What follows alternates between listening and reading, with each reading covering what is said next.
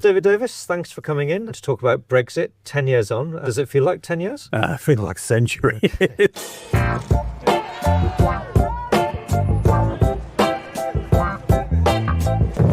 David, you've been an MP since 1987, which nearly 40 years. That's 39 years round about now, yeah. That's a long old time. A lot of people maybe watching this won't have been alive when you became an MP. There's the odd MP who was born in that time. Yeah, I can imagine. Probably including somebody who wants to be a Labour leader. Could be. You were Europe Minister under John Major. What was the impression of Brussels that you got from your time working there in the late 90s? Bureaucratic, undemocratic, slightly hypocritical. It always presents itself as a free trade area, whereas in fact it's the biggest protectionist bloc in the world. I was a sort of approving Eurosceptic. I was sceptical about the way it ran. I thought all sorts of problems with it. But at the end of the day, I rather approved of the aim, which is to stop war in Europe. To tie particularly France and Germany closely together so there couldn't be another war. And I thought that was bluntly a price worth paying for giving up a bit of our democracy. 10 years before Brexit, I was still in favour of staying in. The thing that changed my mind was the treatment of Greece.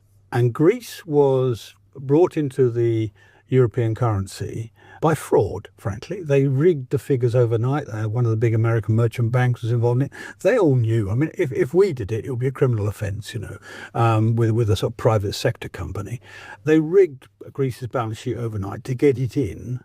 And then when it couldn't stay in, which, should have been obvious, they then didn't bail it out. They abandoned it. For massive unemployment, shutting of hospitals, hundreds of thousands of young Greeks leaving the country to try and somewhere else to find a job, desperate damage. And the Germans just shrugged and the French just shrugged, and that was that.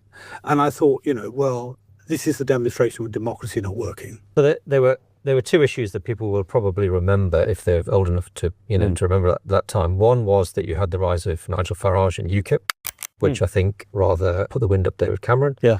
And the other thing was that the Tory party was desperately split over Europe, wasn't it? And is it fair to say that Cameron thought he could sort of put those two issues to bed by having a referendum which he obviously thought he would win, or that the Remainers would win, and that would therefore sort of kill off the Farage threat by telling him, look, the people don't want it, and also it would heal the divisions, or at least force people to accept a certain state of affairs within the Tory party. So he had two referendums under his belt, which he'd won. So maybe that made him overconfident. So Brussels thought, we don't need to give him anything because it's going to...